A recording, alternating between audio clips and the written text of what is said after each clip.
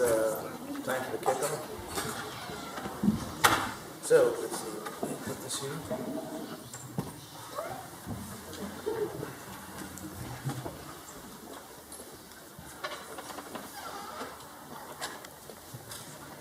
Did you say Radha Madhava? Yes.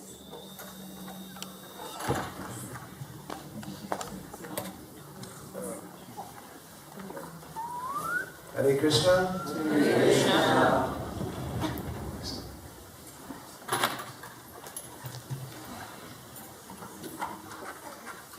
Jai Prabhupada.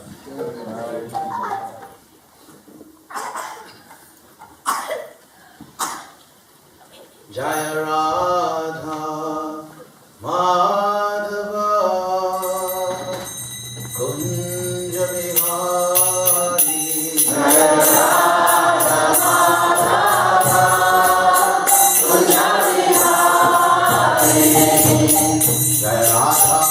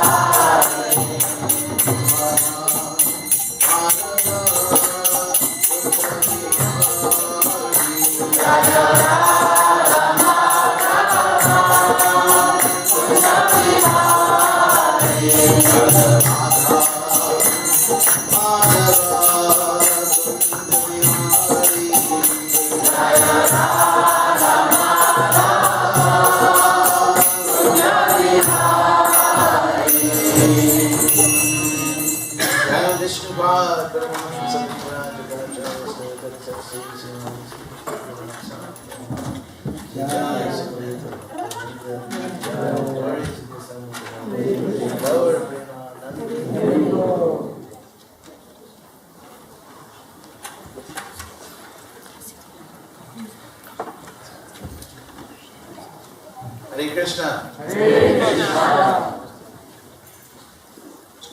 So we're going to read from Bhagavad-gita as it is. This is chapter 8,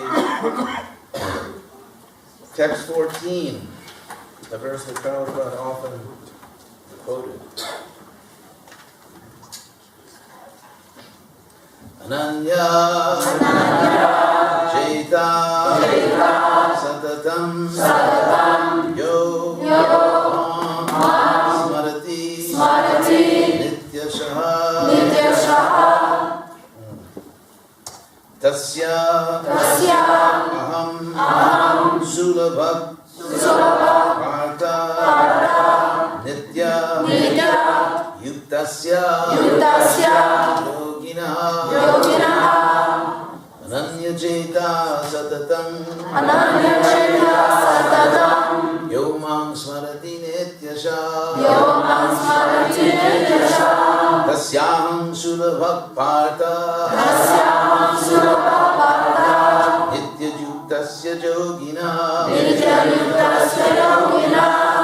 So, Prabhupada's translation: for one who always remembers me without deviation, I am easy to obtain, O son of Pratap, because of his constant engagement in devotional service. Prabhupada's purport: this verse especially describes the final destination attained by the unalloyed devotees who serve the Supreme Personality of Godhead in Bhakti Yoga. Previous verses have mentioned 4 different kinds of devotees: the distressed, inquisitive, those who seek material gain, and the speculative philosophers. Different processes of liberation have also been described: karma yoga, jnana yoga, and hatha yoga.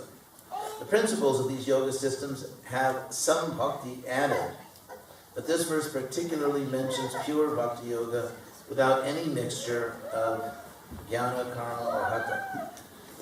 As indicated by the word Ananya Chaita, in pure bhakti yoga, the devotee desires nothing but Krishna.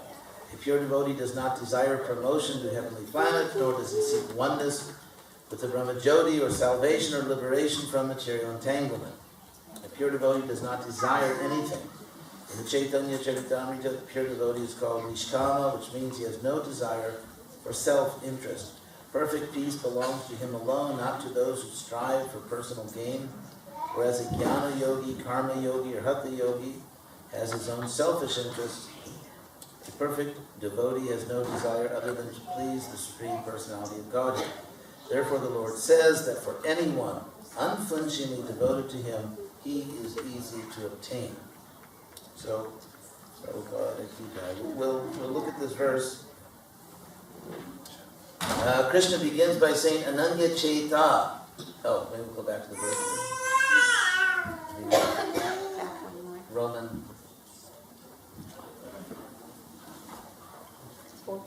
Keep going. Warmer. Okay, that's it. No, back the other way. There you go. Could someone help that person who That's go the opposite direction. keep going back. Oh. Okay. It's just a longer book. Just a little bit. Okay, there it is. It was a long journey.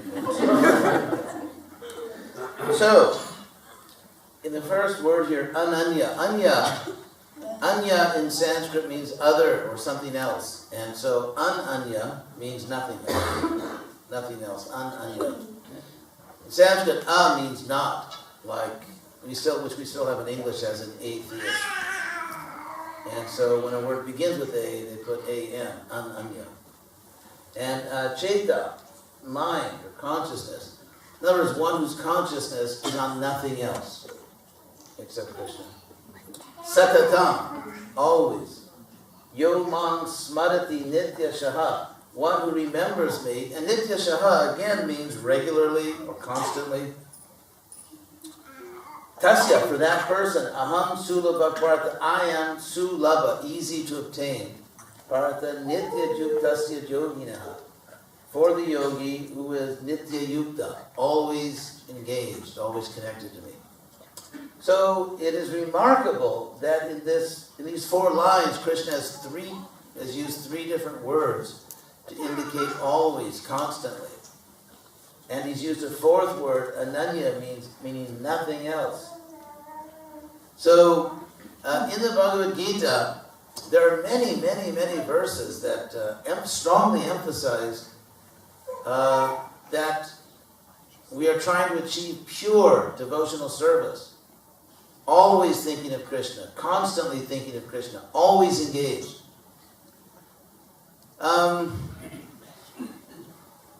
When I was a kid, I bought a little 45 record called Easier Said Than Done. Yes. So,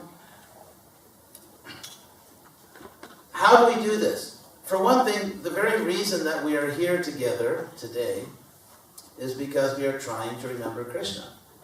We are trying to fix our minds in Krishna. And why?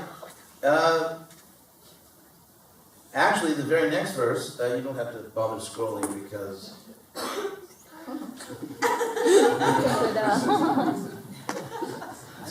It's a little scary. Oh no, you actually, okay. So Krishna says, Mam upetya punar janma, achieving me. Mam upetya. Upa means near, and itya, going, so coming near to me, approaching me. Mam upetya punar janma dukharayam shastam napuvanti mahatmana samsiddhim paramang gata. The way Krishna says rebirth in Sanskrit is punar janma, again birth. That's sort of the common term for rebirth. So, mahupetya punar janma, one does not, achieving me, one does not come back to this dukalaya. Alaya in Sanskrit means place. Just like hima. Hima means cold or ice, so the cold place is Himalaya. And if you've been to India, you know the word for restaurant is bhojanalaya, the eating place. And here we have dukalaya, the suffering place. So that's what characterizes this world. It's the suffering place. Dukalaya, ashashvatam, impermanent. And so one does not achieve rebirth. One does not achieve this, again, this suffering place or this temporary place. But those great souls, Mahatmana, they go to the Samsiddhim Paramam, the supreme and final perfection. So why? I mean, why should that be the case? Is Krishna does say in the Bhagavad-gita, Samoham Sarva Bhuteshu, I'm equal to all beings. So is Krishna favoring those who think of him? Is he actually being fair? Yes. Because, as Krishna says in the Bhagavad-gita, in 7:19, kid wants to preach.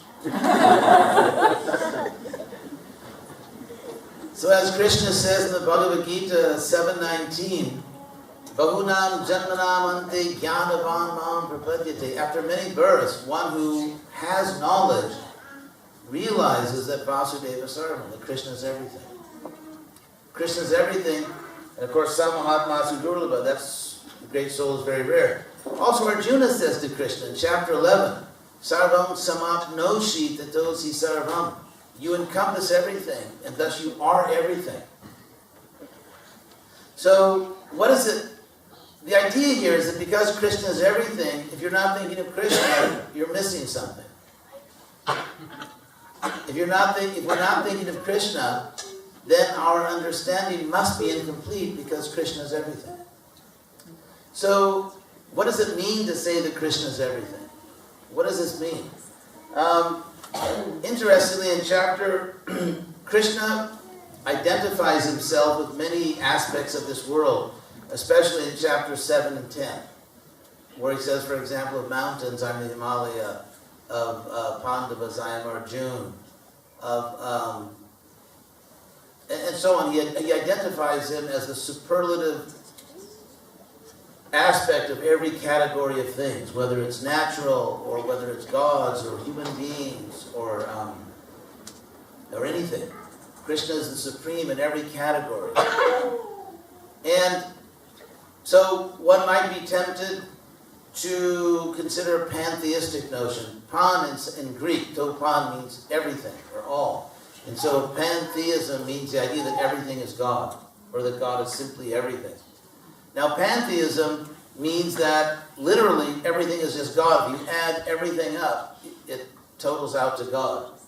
And there is no separate God apart from everything. However, Krishna is teaching something very different in Bhagavad-gita.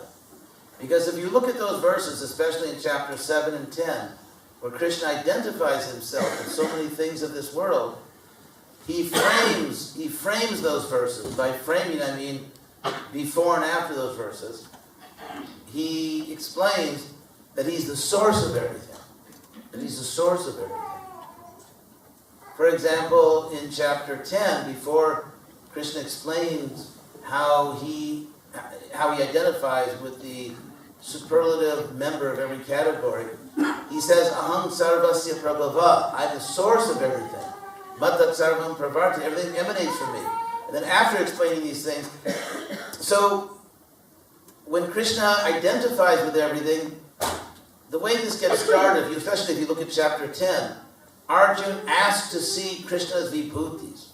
So when Krishna says, I'll just read you a few examples in chapter 10, that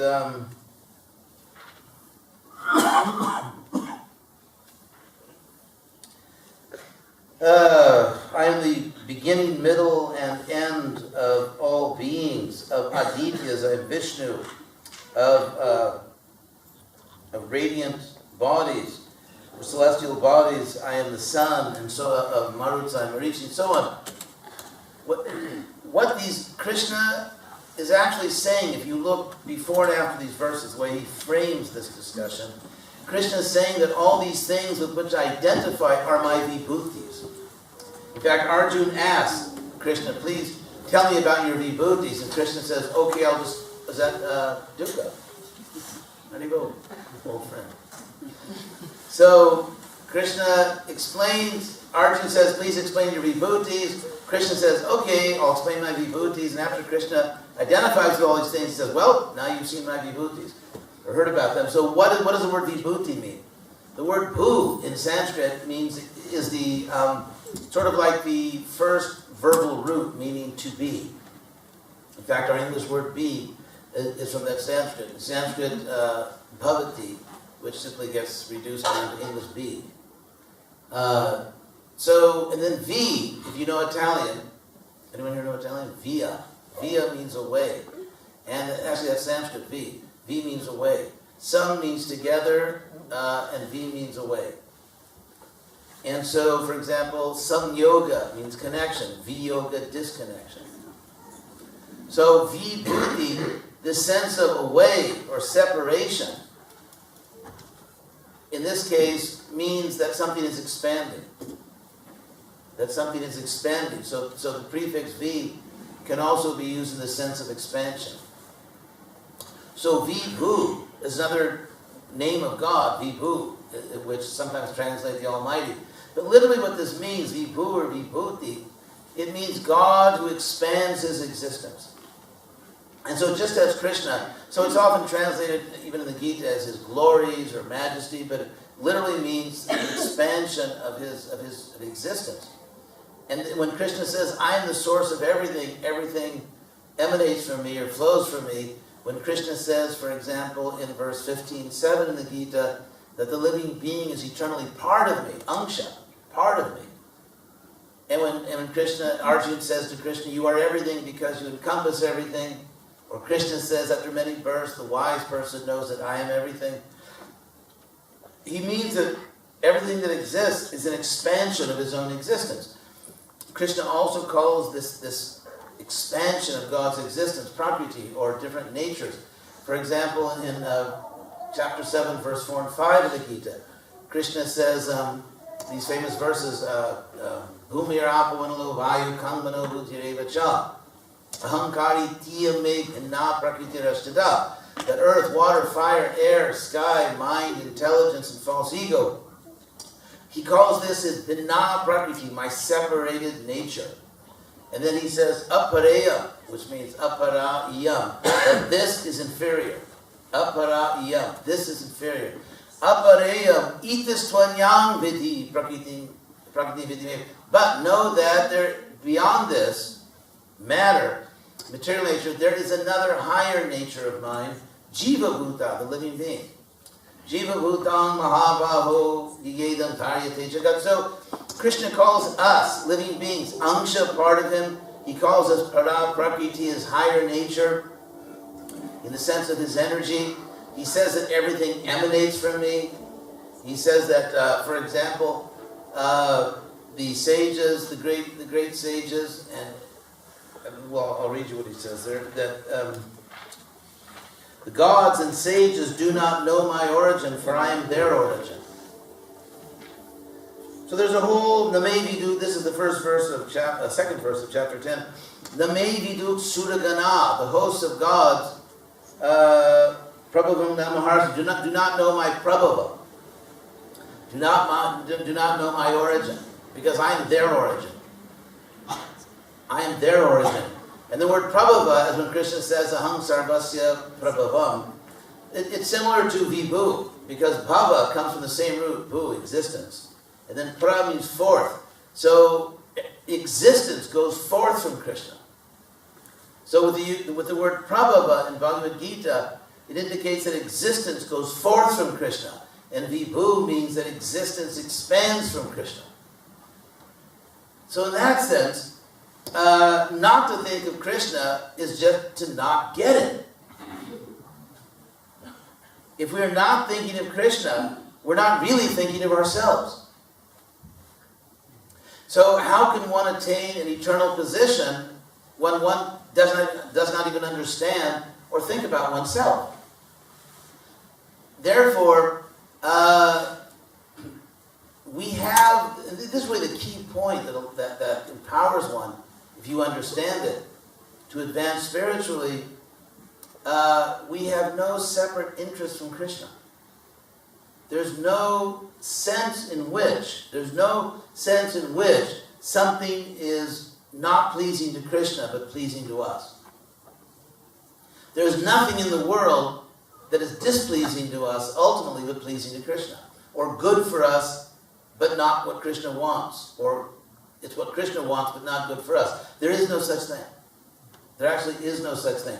In the Bhagavatam, in the 4th canto, when in the Puranjana story, this allegory, in the Bhagavatam, it's a fascinating story. It begins in Canto 4, chapter 25.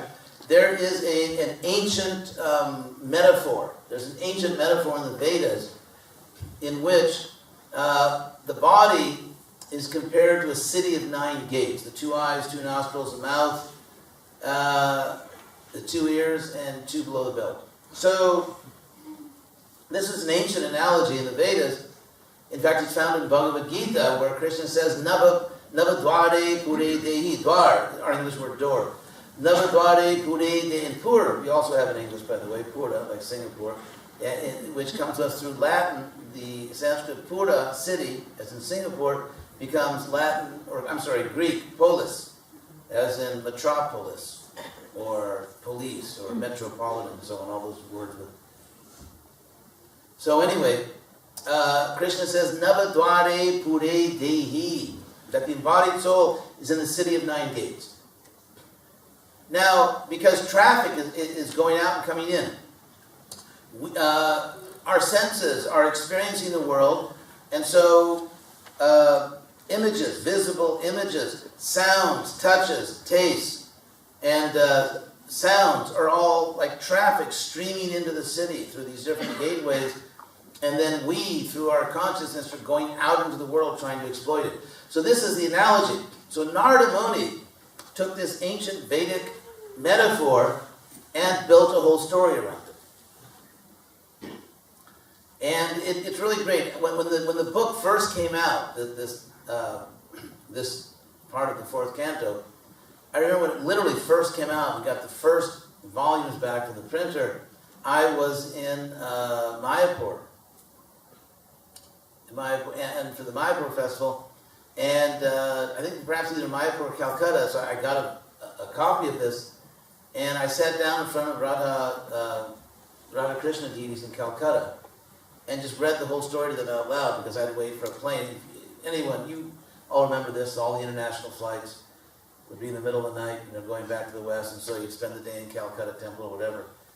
And so I spent the whole day in the Calcutta Temple, beautiful deities, and reading this story out loud to the deities. What really struck me about this story was this was the Bhagavatam's version of every man, or every woman, every soul. It was just every soul, because Narada Muni was speaking to this king, Prachina Barhishat. Even his name is kind of it's sarcastic, because his name means eastward grass. Just like Paschatya means western, this is Paschatya Desha, so Prachina is the opposite, eastern. And so why was this king, he has a sarcastic name, he's called Barhishman, which means grassy. Or he's called Prachina Barhishat, eastward grass. So why is he given these funny names? Because in the Vedic culture, when one sat down to do a sacrifice, you had to sit on a kusha mat. Kusha, I believe in the West, is called pampa grass. It's a very high grass, and has sort of a sharp point, and has sort of this fluffy thing at the top. So anyway, that's kusha grass. And even in the Bhagavad-gita, Kushottana, Krishna explains that when you make a seat to sit down for yoga, you make it out of kusha grass. And when you're doing a Vedic sacrifice, these sharp tips of the grass point eastward. They point eastward. Literally, you orient your seat. Even in the West, we have this, we use the word orient. You don't, if you're trying to figure out where you are, you don't try to occident yourself. You try to orient yourself. And the obvious reason is that when the day begins, the first event that takes place that shows you where you are is the sunrise. So you orient yourself. Anyway, so this king was performing so many fruitive sacrifices. He basically had a Vedic kosher industry. In the sense that, literally, because he was just killing all these animals, he'd sort of become he needed a 12-step program for hunters. But he would, of course, try to justify or sanitize all this violence by offering the animals in sacrifice. So therefore he's called sarcastically in the Bhagavatam, King Eastward Grass, Eastward Kusha. So anyway, so Narada creates this fascinating story. He builds a whole allegory around this ancient Vedic metaphor. And so when Narada comes and speaks to the king, he realized the king was proud. He couldn't just tell the king right off, like, you are totally dumb here. Or you're really doing something bad. So, because the king came in this great lineage. So therefore he said, okay, king, let me tell you a story about someone else.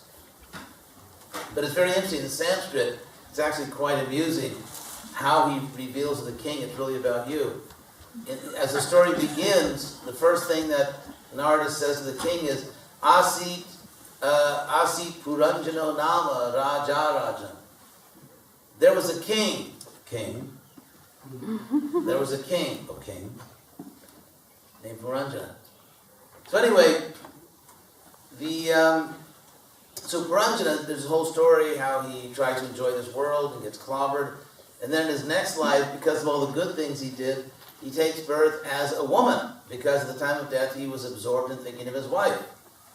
And so I guess that's called, among the outside world, the secret, right? Be careful what you attract. But he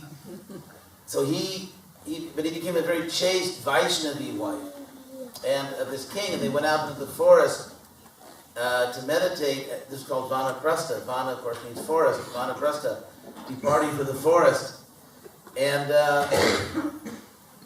then her husband died, and this lady, Vaidarbi was her name. She became desperate. She was alone in the forest. Her husband had passed away.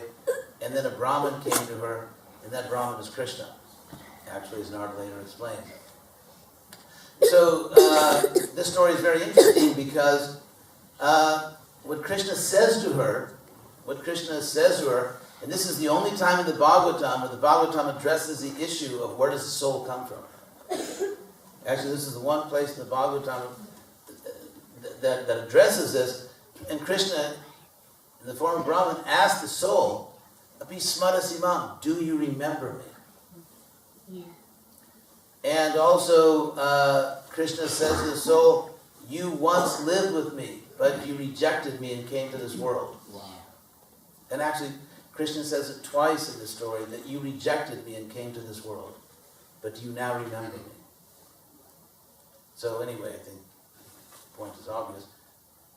But the issue I really wanted to focus on, I just kind of got drawn into the story, is that when Vaidarbhi's husband, King Malayadwaja, when he was meditating, his final realization that established him as a pure devotee, qualified him to go back to Godhead, and basically completed the purpose of his life, his final realization was that I have no interest apart from you, he said to Krishna. In other words, all of us have desires or what we perceive as needs. All of us create purposes for ourselves, like I want to achieve this, or I want to get away from that, or I want to achieve this person, or get away from that person. And what Krishna's teaching is that you have no interest apart from my interest, and I have no interest apart from your interest. So, there's no question of a life apart from Krishna. This is not about where you live, or what your profession is, or what ashram you're in, whether you're married or not married. It's not about that. This is directly about the soul. There are dharmas which correspond to our bodily situation. For example, Raja Dharma, royal Dharma for kings. Stri Dharma, there are special duties for women. Vaishya Dharma, special duties for merchants or landowners, for warriors and rulers, for Brahmins.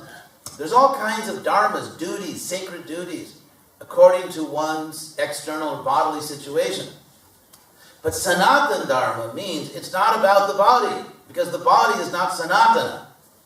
So any dharma related to your body, gender, varna, ashram, whatever, that cannot be your Sanatana Dharma, because your varna and ashram and your body are not Sanatana, they're not eternal. So Sanatana Dharma is the duty directly of the soul. Directly of the soul. So when Krishna says here, Mahupetya, or actually the previous verse, I'll go back to the previous verse, where Krishna says, Ananya Cheta Satatam, thinking of nothing, always thinking of nothing but me. There we go.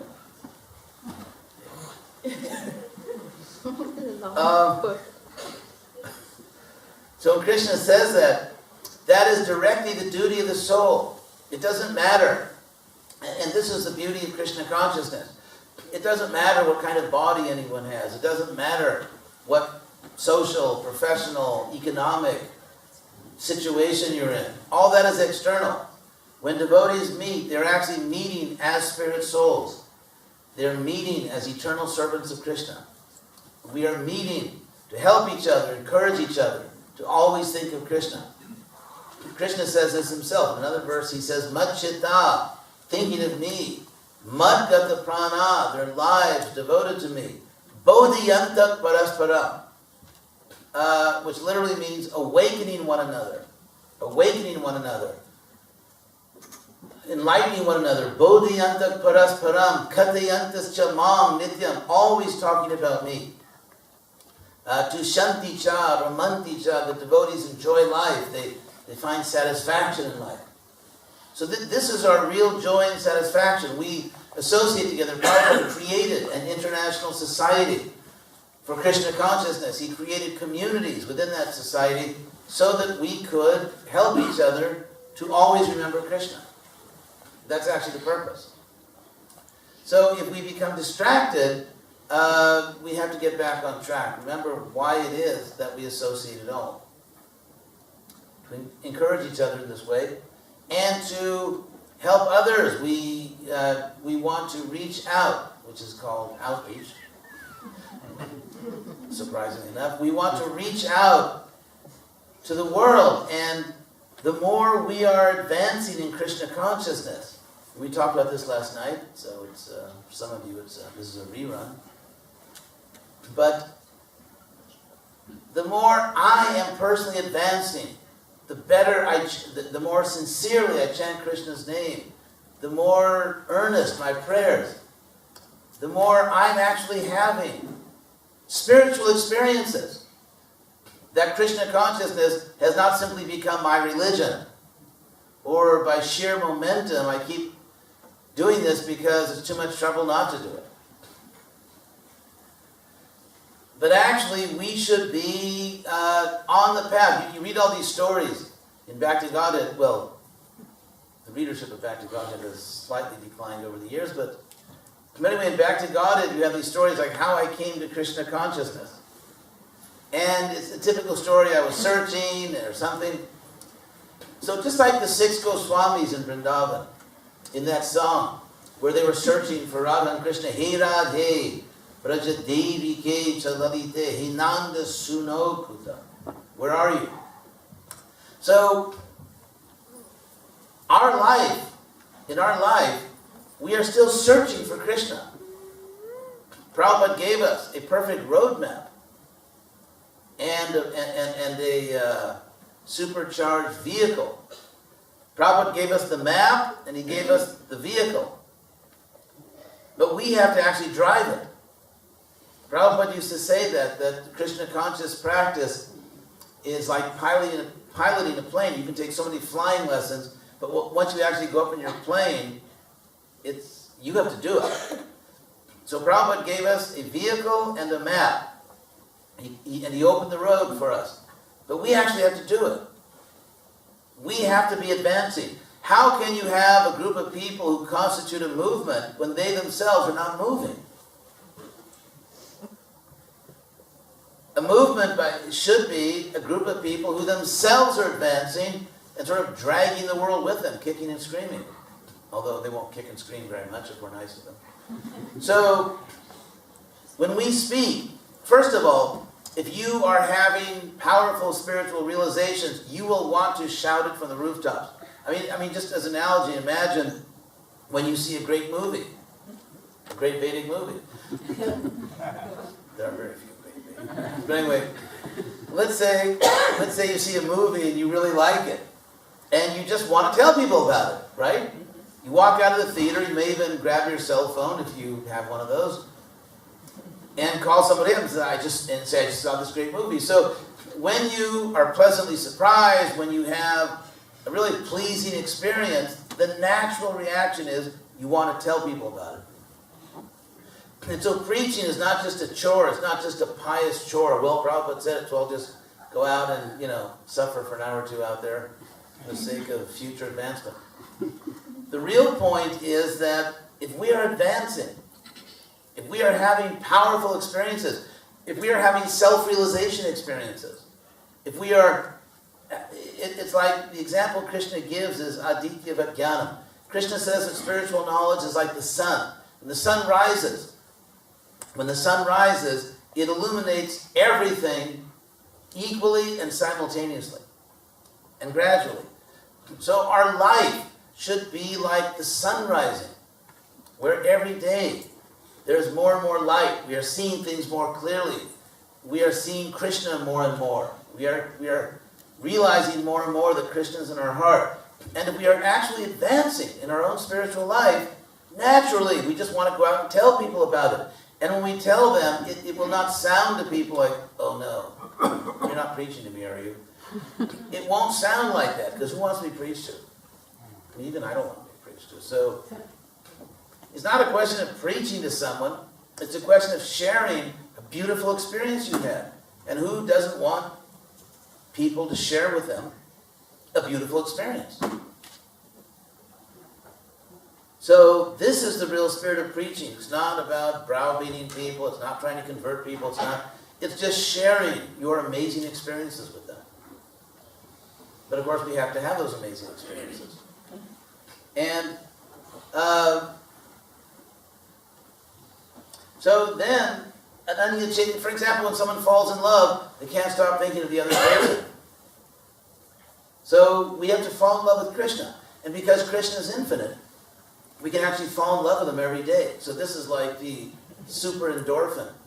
In the sense that in the material world, people go through their peak endorphin experience, and then the drugs wear off, and hopefully they still like the person. But in Krishna consciousness, Krishna's infinite. You could never come to the point where you say, yeah, I think I've heard all of Krishna's jokes. Or, yeah, I've heard him talk about this so many times before. Or, sure, I know the good points and the bad points about Krishna. I mean, those are the things we end up saying about other people. Any other person, because we're all finite and limited. But Krishna is infinite, and so there's no end to the pleasure that you will experience in Krishna. It's unlimited. In fact, Prabhupada quoted a verse, Ramante yogino anante, that the yogis, which here means the spiritual practitioners, enjoy in the infinite. If we are trying to find pleasure in the finite, our pleasure will be finite. But if we seek pleasure in the infinite, our pleasure will be infinite. So that's the secret and of always remembering Krishna. And then Krishna is easy to obtain. Krishna, we have to remember that whatever our duty is, whatever our situation is, economically, psychologically, socially, you name it, spiritually, whatever situation we're in, every one of us is really a soul. We're really all equal to each other because we're all souls. The external differences are superficial. We're really all eternal souls at the present time doing business within a material body and just trying to somehow or other find our way. So that's why we encourage each other, we enthuse each other, we awaken one another in Krishna consciousness. And as we awaken, we can awaken the world. And this is Prabhupada's program. So, thank you very much. I would like to thank everyone, actually. We've come here. This is a safe house for our Krishna West program. And one of the main things I feel now that I'm here is gratitude. Gratitude to all the devotees here for having everyone contributed in their own way to a wonderful spiritual community. All of us are works in progress. Our communities are works in progress. But still, this is in many ways an excellent community. And so much service has been done here. That's what I was thinking. So many devotees have done so much service here. Whether it's service for the deities, cleaning, preaching, encouraging each other, fixing things. So much devotional service has been rendered here by so many people. And that makes it a very special spiritual place. And so many great souls here have chosen to serve Krishna. In a world which is suffering, which has become almost unbelievably vulgar and narcissistic, there are devotees here who are actually giving their lives to Krishna as best they can. So for me, it's a pleasure to come here. I hope to see more of you, and I hope no one wants a refund after this lecture.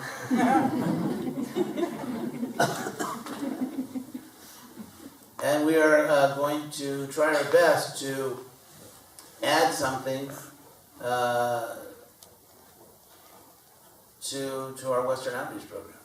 It's in that mood of trying to add something and trying to expand, if we possibly can, our Western Outreach. So wish us luck. Thank you very much. Any questions on these points?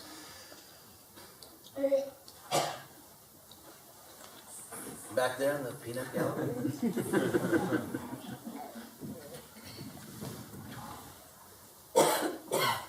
No questions? Then we'll sing Take Me Out to the Mandir. Yes? I've been following with great interest the news about Krishna West, and there is a point that I struggle with continuously. I've been a devotee since I was a teenager, but I've never joined ISKCON. I've always been sort of a peripheral player, and I'm hoping that Krishna West can serve as a way for me to become more involved.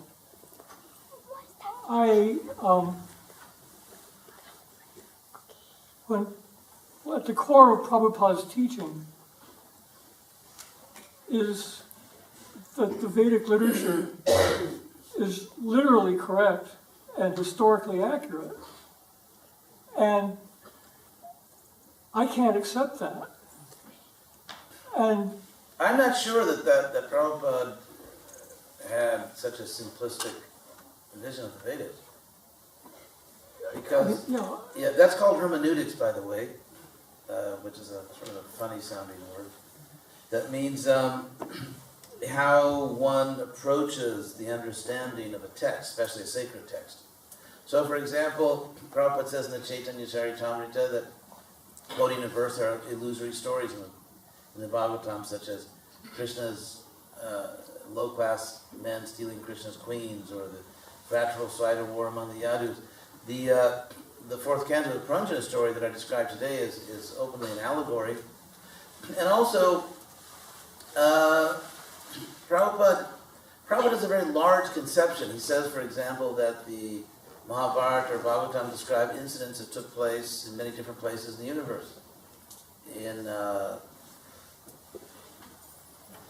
different creation cycles.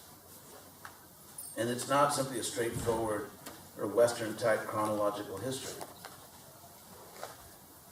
So I think if we look at all of Prabhupada's hermeneutical statements, you could say, they're sophisticated.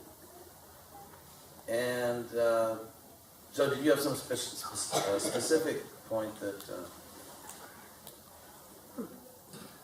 okay, sure. So, yeah, I can do an allegory, and I can, and that sort of thing. A wider interpretation. That's very welcome. Yeah, sure. Also, my late godbrother Siddhartha, Dr. Richard Thompson, gave a brilliant analogy, which I think can help us to understand some of the descriptions in the scriptures. He said, imagine, for example, you're going to meet someone at 10 Main Street. And you go to 10 Main Street and you don't find the person. What you don't know is that you're actually inside of a 10-story building. And all the 10 stories are 10 Main Street. So what the Bhagavatam presents to us, in a sense, is a multi-dimensional universe, which I find much more interesting than the dull, flat one that we learn about from contemporary science. And there's a Greek word, hubris. There's a Greek word, hubris, which is mortal pride. Human beings tend to become so proud that they defy the gods. And we can defy the gods, as we find sometimes, for example, in Homer.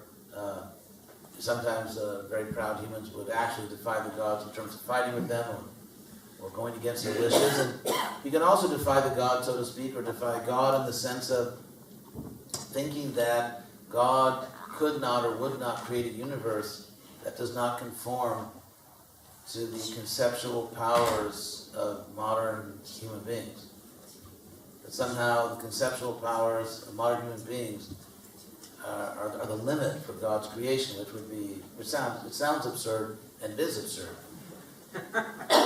So, yeah, there's a lot out there. There's a lot out there that we are aware of. And for example, I imagine if a little ant crawls on your arm. Actually, there are no really big ants, except maybe in Steven Spielberg movies. But so imagine if a little ant crawls on your arm, and in one sense, the ant knows more about every freckle and hair on your arm than you do, because it's like an all-terrain vehicle, an ant, and it's. But on the other hand, the ant has no conception that it's on an arm or it's on a human being's arm. It has no idea what a human is. And so in the same way, we are crawling around this world. And I would compare material science to the knowledge gathered by an ant that walks across your arm. And these people actually have no idea even where they are, or that they're actually walking on the cosmic form of God.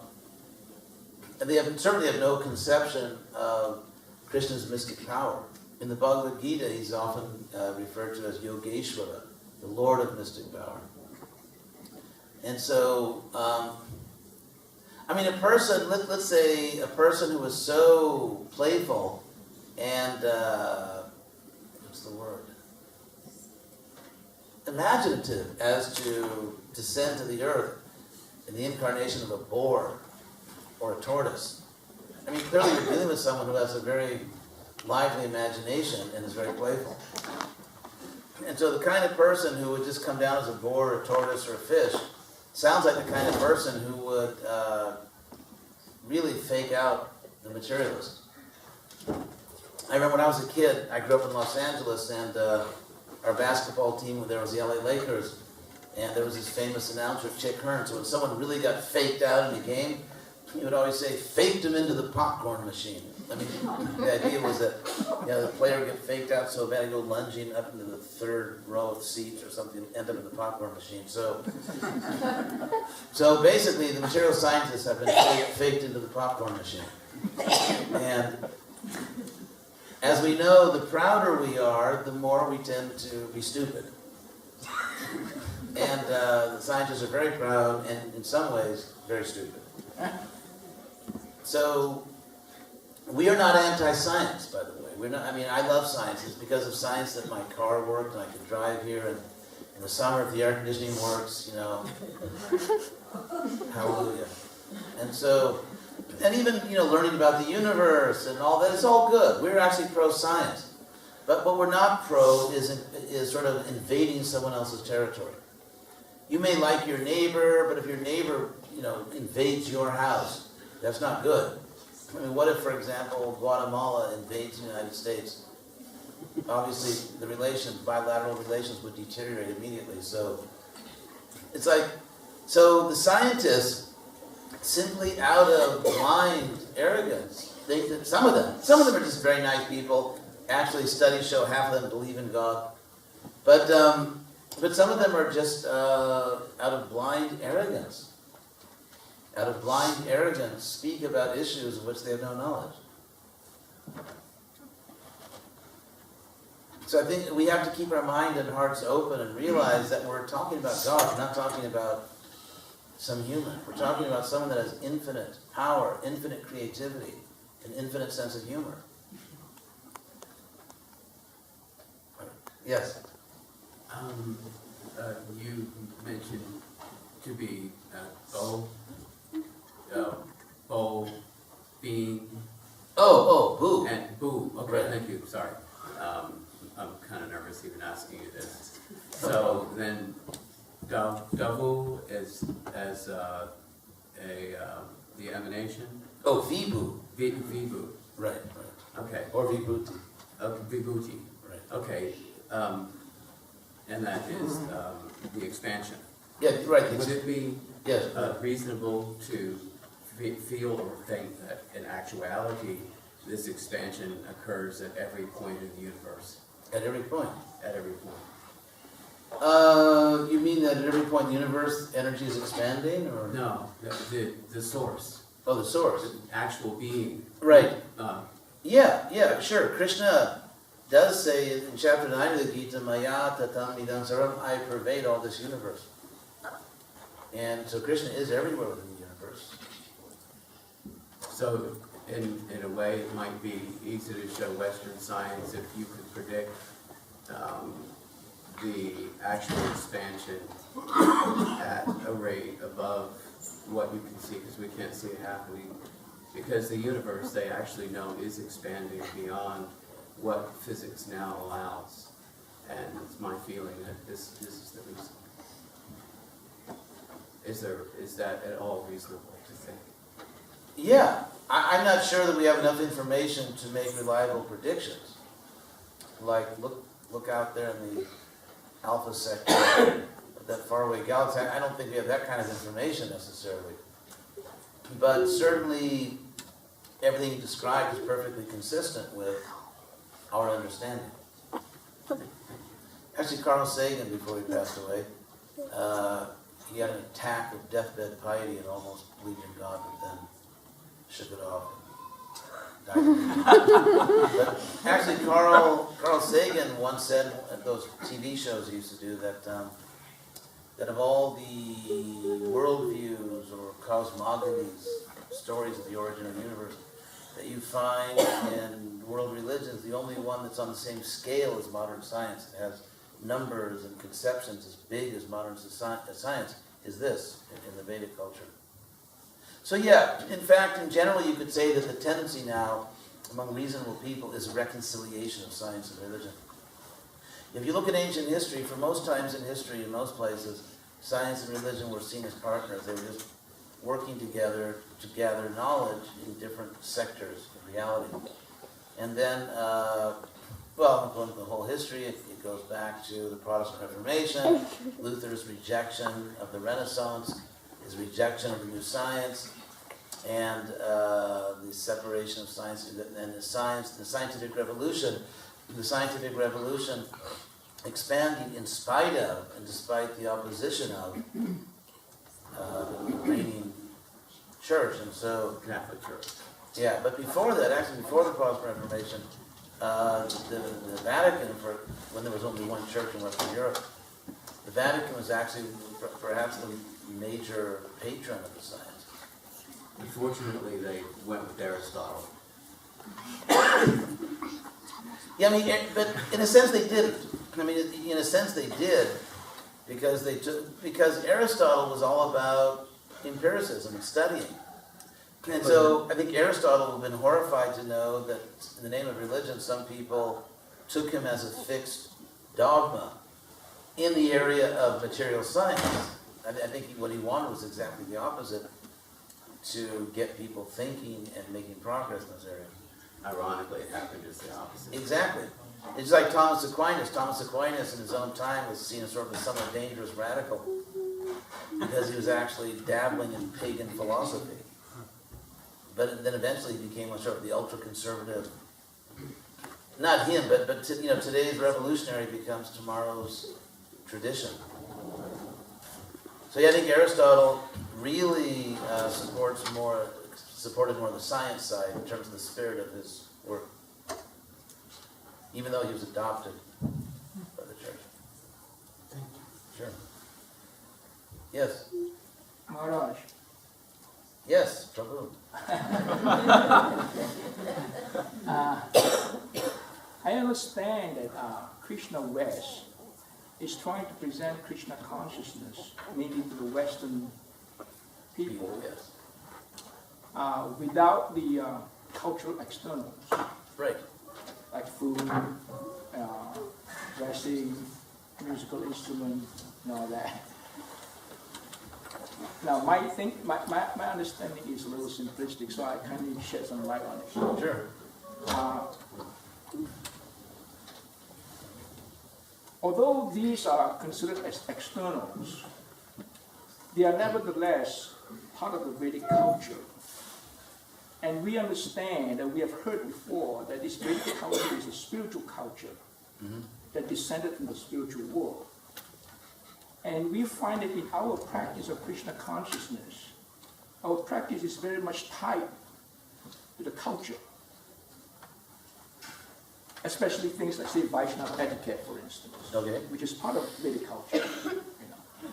And our movement went through a phase where we had a lot of problems because of this lack of understanding of Vaishnava etiquette. A lot of offenses were committed against each other. So my question is, if we divorce our practice from the cultural aspects, are we not putting ourselves at a disadvantage?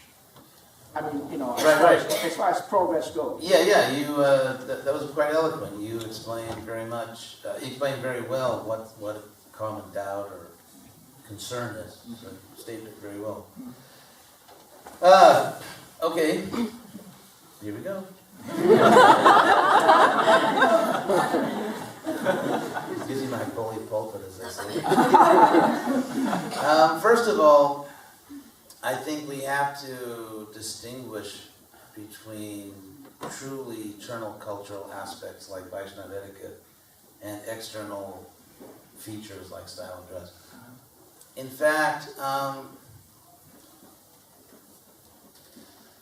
some of the assumptions we have are not really confirmed in our sacred texts. For example, as far as I know, the standard history is that take this sannyas dhoti that I'm wearing. Bhaktisiddhanta adopted it, or adapted it, from the Ramakrishna mission in the 19th century, or maybe the late 20th century, because the Ramakrishna mission was very, very popular, certainly in West Bengal and in general in India at the time, and so he adopted it from them. The kurta, of course, is a Muslim word and a Muslim shirt, which was adopted at a certain point. And so it would be hard to say these are eternal Vedic cultures. For example, Prabhupada once said to me, I actually went to say goodbye to him. I was at the Vrindavan festival, this has been 74 or 75. And I was leaving to go back to the West, so I went to say goodbye to Prabhupada. And we talked for a little while, and he said to me, you know, if you want to understand Vaishnava sannyas, you should study the 6 Goswamis. Because the 6 Goswamis are actually the first Gaudiya Vaishnava sannyasis. Lord Chaitanya took sannyas himself from a different organization. So Prabhupada said, and you should study the 6 Goswamis to understand what is perfect sannyas. You should study them in that song, Vande Rupa Sanatana. So in that song it's clearly said, Kopina Kantasrito. They wore kopin and rags. Similarly, how should I put it? We find throughout Vaishnava history that Vaishnavas, acharyas have adapted to their culture while simultaneously preserving the essential core.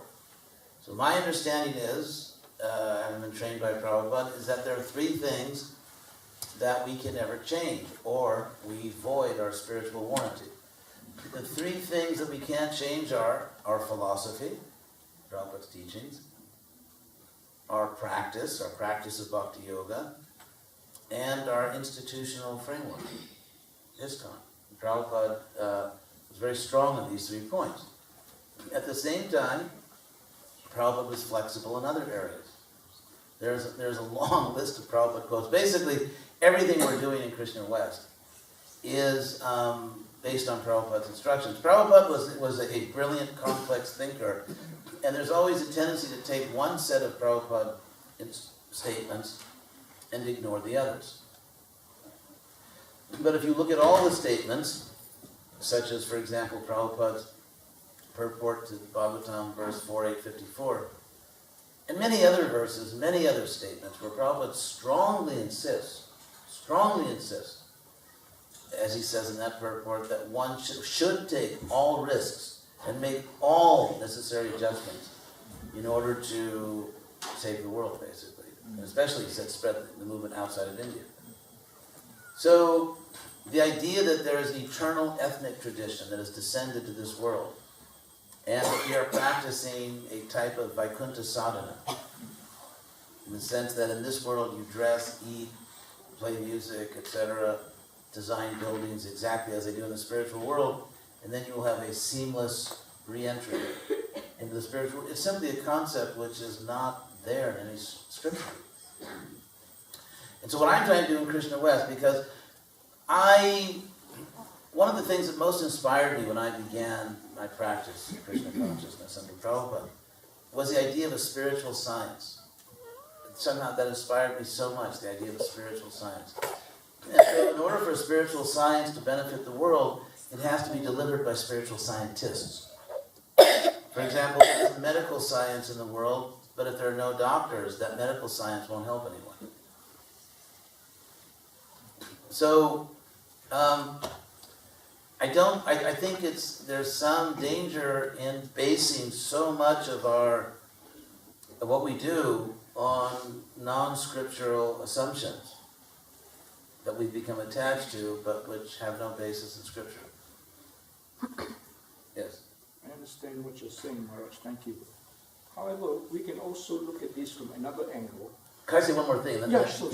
No, pardon me, I just want to, because I meant to say something, but that is, we find in places like Cuba, for example, or China, where devotees have certain restrictions because of the political situation, that the devotees are ecstatic, they're happy. And actually, that's my own experience. So, here's another way to look at it. I accepted Krishna consciousness because I saw that it was objectively superior to anything else. I saw that the knowledge in Bhagavad-gita was far superior to any other knowledge. I saw that Prabhupada was far superior to any other person I'd ever met, and that the practice was far. And so there was objective superiority, an objective superiority that we can demonstrate and explain to the world. How will we demonstrate an objective superiority, for example, in this recipe over that recipe? Or you take a piece of cloth and tie it this way, it's enlightening. If you tie it that way, it somehow will, cast you into ignorance. I don't think these ideas are scientific, frankly. And I don't think they're taught in the scriptures. I don't find a single verse in the Bhagavatam that teaches anything like this, that establishes. And so there's a distinction we have to make if we're going to be spiritual scientists. And that is the distinction between cultural principles and ethnic details. For example, the Vedas definitely teach chastity. And as we know, men and women, in a sense, have to be chaste in different ways. Sometimes in the same way, because men and women, according to science and common sense and experience, are, you could say, sexually agitated in different ways. Men tend to be very much visually aroused. And therefore, it is an act of compassion and kindness on the part of a woman to dress chastely. It's not the subjugation of woman. It's actually exactly the opposite. It's the fact that men are crazy. And, as all of us should know by now, and women, in a sense, feel sorry for them and try to help them out. So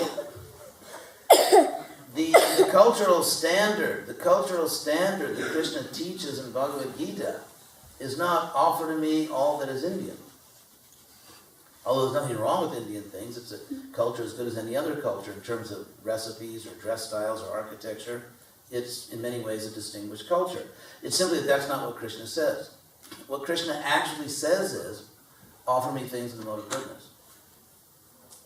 So let's say you're dressed in a certain way, whoever you are, and let's say you're dressed, and we can say that your dress style is in goodness, in the sense that it's chaste, it's decent, it's clean, it's not provocative, it's it's not sloppy, it's just a nice, decent, respectable way to dress.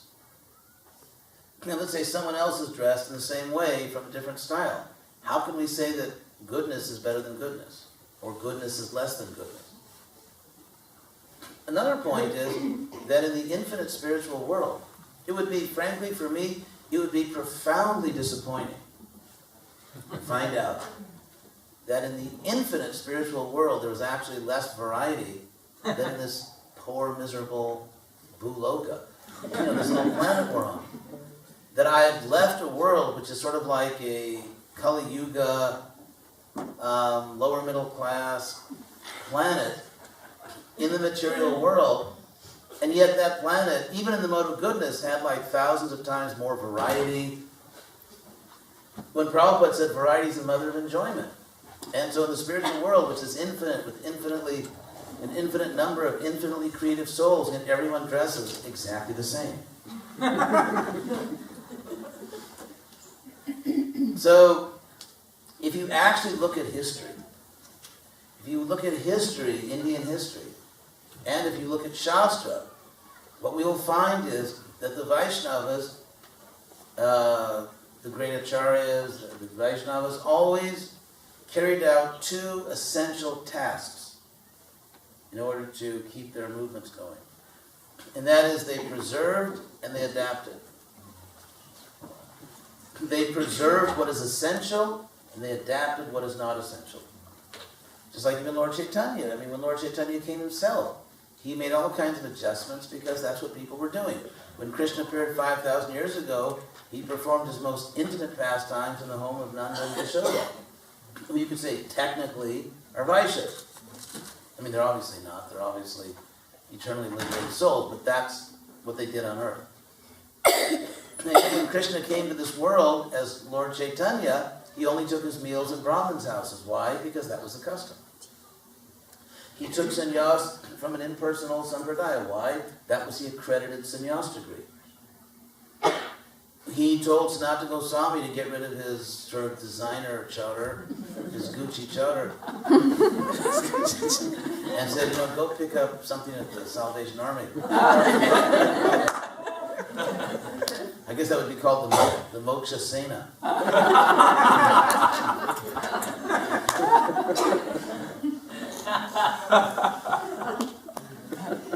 So why? We know, for example, that when Krishna appeared, that his devotees dressed in many wonderful ways. Why? Because that was the custom of the time.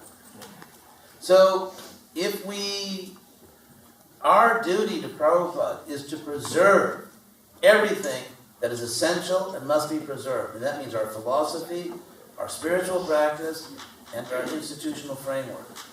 Because the institutional framework, because the world actually needs an international society for Krishna consciousness, a big one.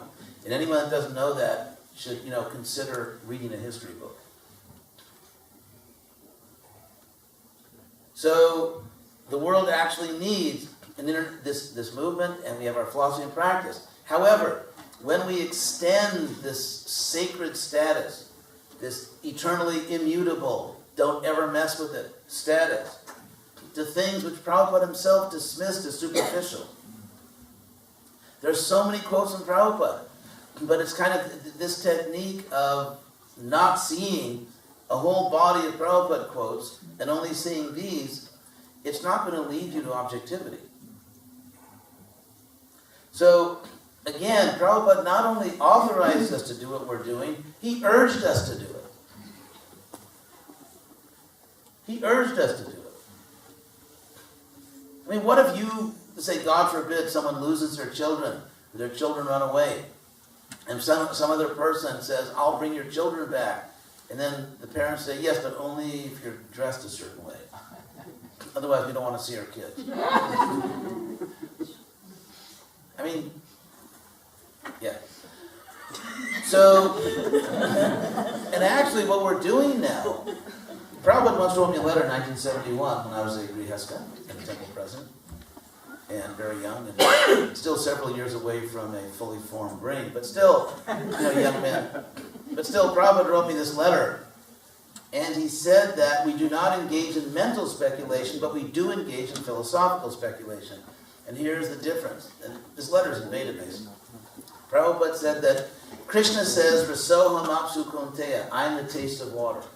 So if you speculate whether Krishna is the taste in water or not, that's mental speculation.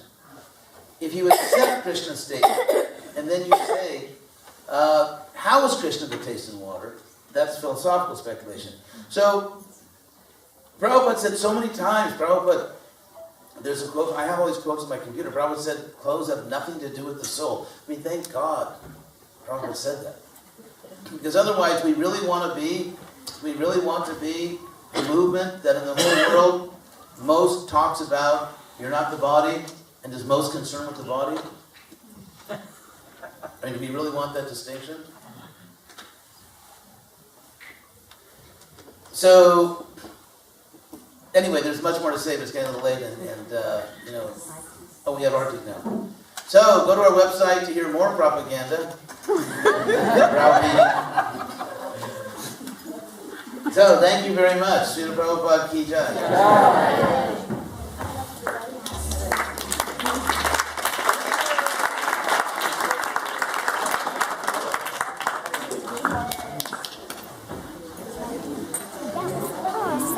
Hridayananda was Maharaj awesome. ki. Hey, go big. Be interested. You know, as you were